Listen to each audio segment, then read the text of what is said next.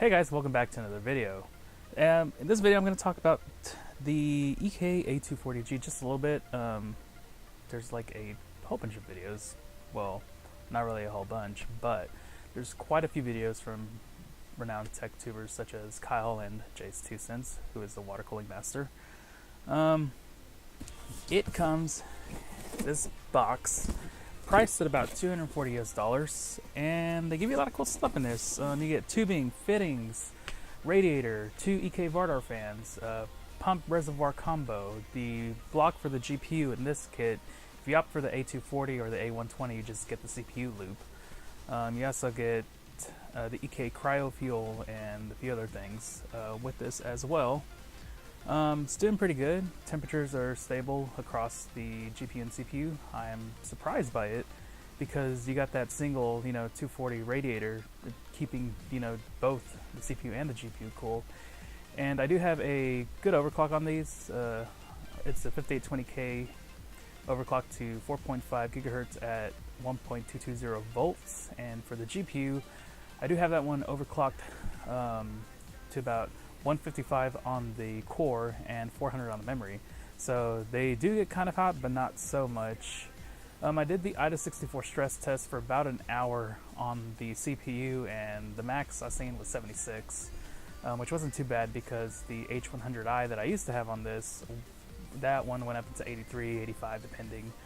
And I did have the Fantex 120MP fans installed on that as well, set to 100% because I wanted to eliminate any other variable. And I know a lot of people have an issue with this case because it has terrible airflow, but I did do some modifications to it. I took my panels, the top and the front, to a fabrication shop to have ventilation holes cut in them. More on that later. But temperatures were pretty good on the EK loop.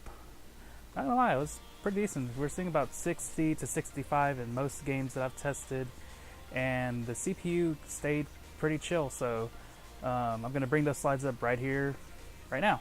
So here, take a look at the data and let me know what you think.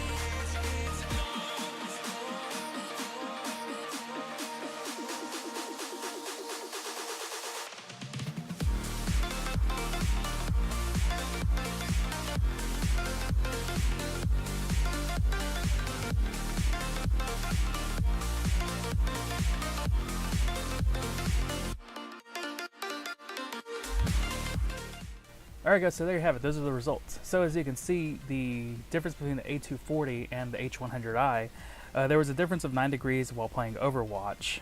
There was a difference of 6 while playing Crysis 3. There was a difference of 8 on Assassin's Creed Syndicate.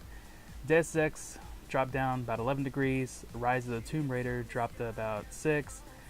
And the IDA64 stress test was a difference of 8. So that's not too bad. That's actually pretty good, especially when you're running both the GPU and the CPU on the same loops. So the ambient room temperature for both tests were about 70 degrees Fahrenheit or 21 degrees Celsius, so it's pretty chilly in here.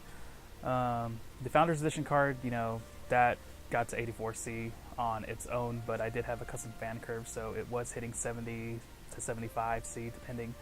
And the fan would go up to 100%, so it was pretty loud. But with this loop, 60, 65, and so not bad. Alright, so on to the panels. Like I said, I took these to a fabrication shop to get ventilation holes cut in them. They charged me about $90 to get about 122 holes drilled in them, which to some people that might seem a lot, especially if you could do it yourself. But since I have no expertise in actually case modifying or drilling through aluminum panels, I opted for somebody else to do them, and I know they would have done a great job, more than I would have, but they turned out pretty good. Airflow is pretty darn good in this case now. I'm getting a lot of airflow in from the front, and now that I got that ventilation part up here, those holes, I can feel all that hot air exhausting out, so it's no longer choking my system and killing it. And I think I'm going to add a little bit more back here, so it stops about right here. So I'm going to have them drill a little bit more over here as well. And I do have another project coming up with the Evolv shift. I need to gotta wait for Newegg to get that installed so I can order it. But I'm also going to test the thermals in that case too, because like this case, it does have that solid aluminum panel on the front. It's got those ventilation ports like this. They're a little bit more open though. But I'm going to test both with the panels off and with the front panel on, because you know the intake's at the bottom, exhaust out through the top. So if I see that the thermal performance for the shift is kind of like this one's not good, I'm going to go take those, just that front panel, to the fabrication shop so I can get holes cut in for the intake and the exhaust. Alright guys, that's going to do it for this video. Thank you so much for watching. I hope you liked it. Leave any questions you have in the comment section below, and I guess I'll see you in the next one.